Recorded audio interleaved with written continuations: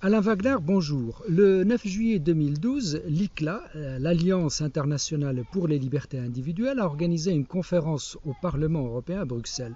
Pouvez-vous présenter à nos lecteurs en quelques mots l'ICLA et cette conférence de Bruxelles ?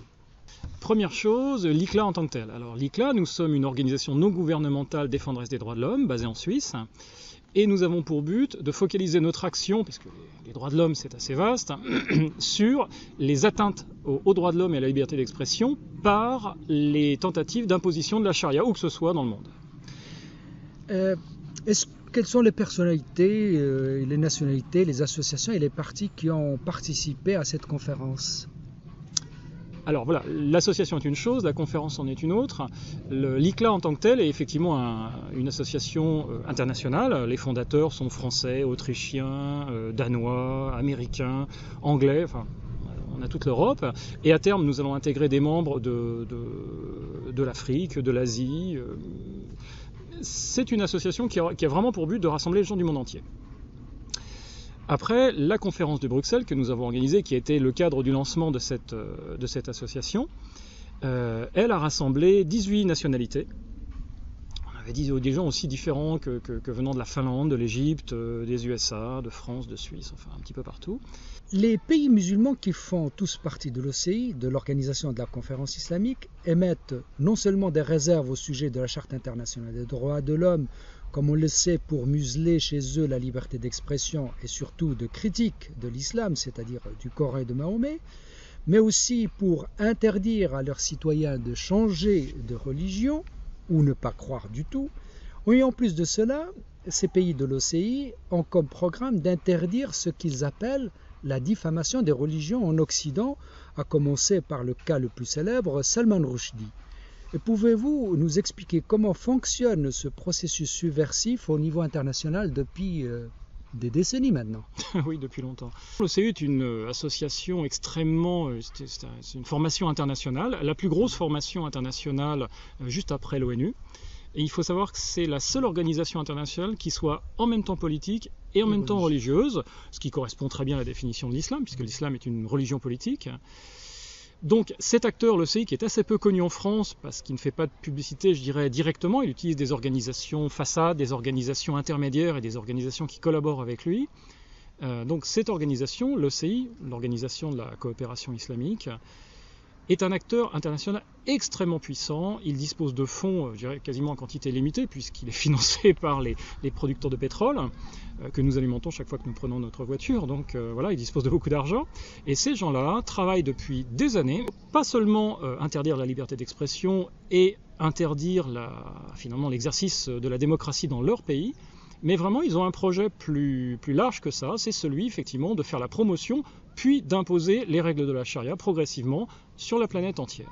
Et il se trouve que l'Occident, mais pas seulement l'Occident, l'Afrique aussi, fait partie des cibles prioritaires, et nous sommes victimes d'une vaste tentative de subversion. Puisqu'il faut savoir que les règles de la charia qui sont promues par l'OCI sont évidemment, je dis évidemment, c'est pas évident pour tout le monde, mais il faut le savoir, sont incompatibles avec les principes et les règles de la démocratie et de toute civilisation qui fait la promotion des libertés individuelles.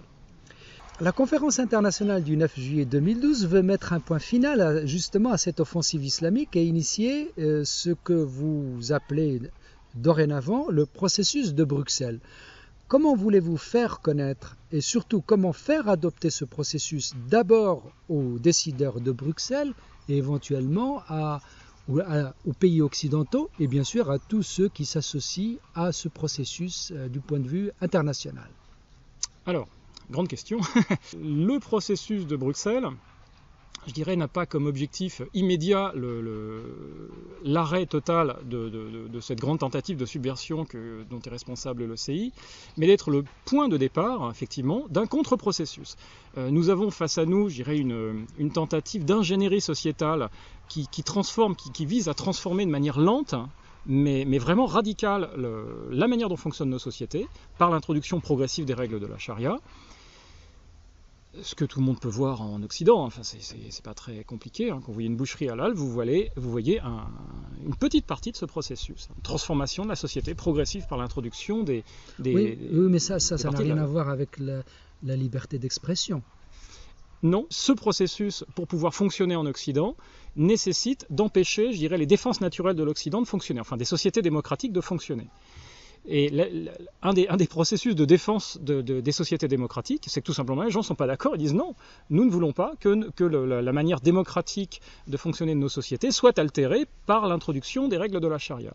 Donc pour pouvoir agir impunément, il faut museler la capacité de critique qu'ont les sociétés démocratiques, qu'ont normalement les sociétés démocratiques vis-à-vis de ce processus. Et bien sûr, ça passe par la liberté d'expression évidemment.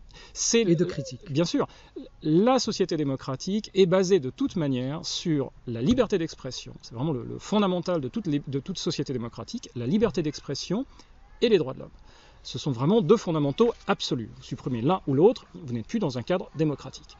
Donc, à partir du moment où vous voulez subvertir et finalement détruire un système démocratique, vous attaquez ses bases. Et ces bases sont en premier lieu la liberté d'expression. La liberté d'expression, c'est la défense de base du citoyen, des États. C'est dire ceci ne me convient pas, ceci ne va pas, ceci ne respecte pas les règles de ma société. À partir du moment où vous bridez les gens et vous les empêchez de protester. Alors, c'est ce que, en bonne partie, a compris le parti néerlandais pour la liberté de Geert Wilders, qui a lui aussi initié une alliance internationale pour la liberté en général. Est-ce qu'il est associé à cette démarche et est-ce qu'il y a d'autres partis justement qui ont réussi aussi à proposer des alternatives dans leur propre pays qui sont associés justement à ce processus de Bruxelles dès le départ? Alors, associé au processus de Bruxelles, pas encore, puisque ce processus est tout neuf, 9 juillet, il vient d'être lancé, mais on voit bien qu'il y a une démarche, une sorte de tropisme qui va dans la même direction. À un moment donné, je veux dire, la solution n'est pas si compliquée. À partir du moment où on sort du déni de réalité dans lequel sont enferrées nos sociétés, c'est-à-dire que ce déni de réalité qui refuse de considérer la nature des activités des propagandistes de la charia, nature qui est éminemment politique, et qui est bien sûr religieuse, mais qui est aussi politique, et qui est indissolublement politique, et qui est liée à l'instauration d'un système totalitaire régi par les règles de la charia. À partir du moment où on décide d'ouvrir les yeux et de constater tout simplement la réalité, c'est-à-dire l'islam est une religion politique, et les gens qui font la promotion de la charia sont des activistes politiques subversifs, totalitaires. À partir du moment où on ouvre les yeux et qu'on voit cette réalité, on ne peut que réagir démocratiquement en disant ceci n'est pas possible, la société démocratique doit se défendre contre ces activités.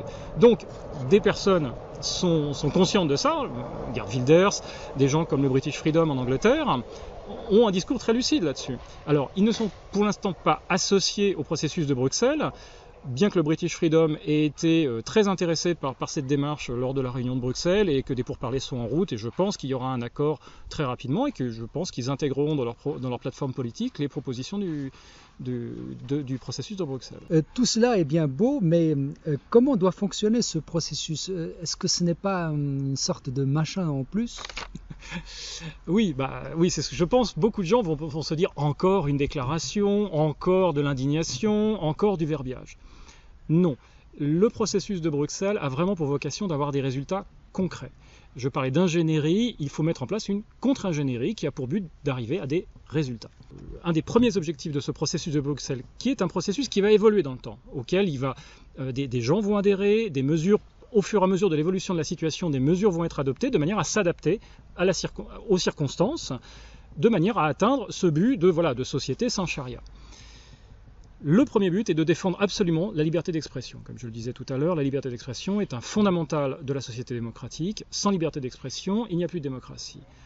Nous sommes confrontés à une organisation, pas seulement une organisation, mais principalement une organisation qui est l'OCI, qui travaille par le biais du concept de la diffamation des religions. Et de l'islamophobie aussi. Ça fait partie. L'islamophobie n'est qu'un outil sémantique pour brider la liberté d'expression en ce qui concerne l'islam. Donc, la chose préalable, déjà, c'est d'arrêter, c'est que nous, gouvernements et la société civile en général, dans nos sociétés, arrêtent de discuter avec les ennemis de la démocratie sur la manière dont fonctionne la démocratie. Et ils sont engagés dans un autre processus, qui a un autre nom, non ? Le processus d'Istanbul. Le processus d'Istanbul n'est qu'un des avatars des tentatives de restriction de la liberté d'expression, en ce qui concerne l'islam encore une fois, et qui vise, par différents biais, à faire taire toute critique sur le système sociétal lié à la charia, qu'on veut nous imposer, que l'OCI veut nous imposer. Donc, ce processus de Bruxelles est très clairement une réponse au processus d'Istanbul et vise à faire adopter des mesures vraiment concrètes. Il se trouve qu'aujourd'hui, nos gouvernements ne font pas du tout ce qu'il faut pour protéger la démocratie. Et donc un arrêt officiel du processus d'Istanbul serait aussi déjà un résultat concret pour vous ? Alors, même pas un arrêt, puisque c'est l'OCI qui a initié ce processus, donc on ne peut pas commander l'OCI. Par contre, nous pouvons commander ce que nous, sociétés démocratiques, faisons. Et en l'occurrence, nous, sociétés démocratiques, devons refuser de collaborer à ce processus d'Istanbul, qui est un processus liberticide. Nous devons arrêter de discuter avec les ennemis de la démocratie, de la manière dont fonctionne la démocratie dans nos pays. Cela ne veut pas dire que nous devons arrêter d'acheter leur pétrole, que nous devons arrêter d'avoir des relations diplomatiques, pas du tout. Ça veut dire qu'il faut arrêter de discuter des droits de l'homme avec des gens qui sont des ennemis des droits de l'homme. Et c'est facile de les reconnaître. L'OCI a mis en place une déclaration qui s'appelle la Déclaration des droits de l'homme en islam, qui est une déclaration des droits de l'homme fondée sur la charia. Fondée sur la charia. Et limitée par la charia. Oui, bien sûr. C'est-à-dire que c'est une déclaration qui est, je dirais, l'antithèse de la Déclaration des droits de l'homme de l'ONU, sur laquelle nous fonctionnons, sociétés démocratiques fonctionnons.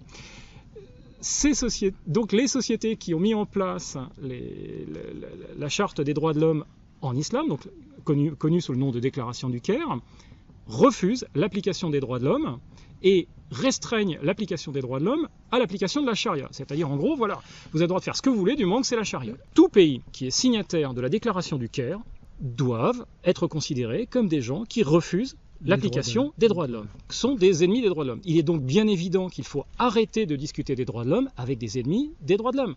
Ça n'a tout simplement aucun sens. Or, c'est ce que font aujourd'hui nos gouvernements, cela doit cesser. Et on retrouve donc cette nécessité d'action, d'arrêt, de négociation sur les droits de l'homme avec des gens qui sont des ennemis des droits de l'homme et qui ne cherchent qu'à les réduire. Dans les premières propositions du processus de Bruxelles, il y a 8 propositions. Beaucoup parlent de l'OCI, beaucoup parlent de la déclaration du Caire. Nous devons prendre des mesures concrètes aujourd'hui pour préserver nos systèmes démocratiques, pour préserver la liberté d'expression et pour préserver les droits de l'homme.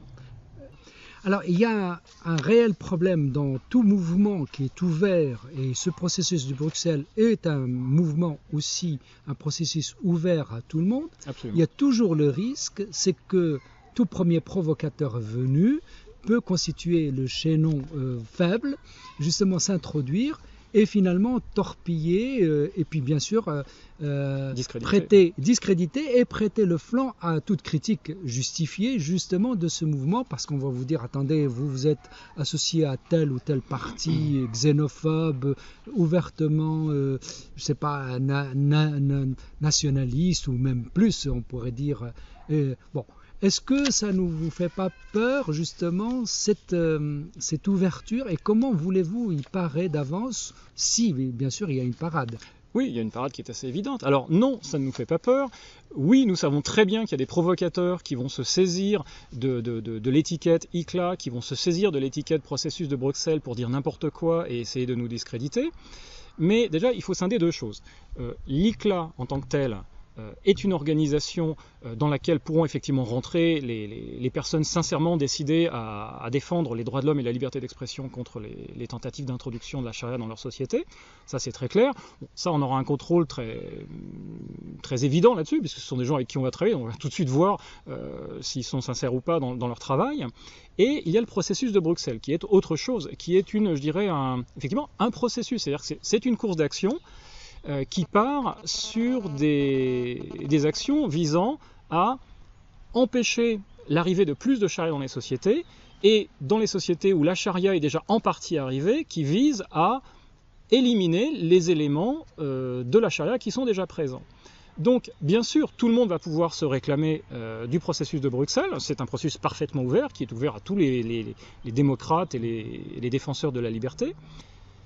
Mais à partir de là, les actions vont parler pour les gens. Et c'est-à-dire que si vous entrez, que vous êtes, je ne sais pas, un parti néo-nazi ou des gens totalitaires, que vous vous parez des couleurs de l'ICLA pour faire des attaques racistes, xénophobes ou je ne sais quoi, vous vous excluez vous-même du processus, puisque ce processus a un objet bien précis: empêcher la charia de s'implanter dans la société et en nettoyer, je dirais, les éléments quand la charia s'est déjà introduite dans une société. Donc à partir de là, je dirais, l'action est vertueuse. Quelle que soit la personne qui agit selon cette course d'action, je dirais, la course d'action est vertueuse. Ce n'est en aucun cas l'approbation de ce que font ces gens en dehors du processus de Bruxelles. Mais on aura des provocateurs et ça sera repris par la presse, malveillante.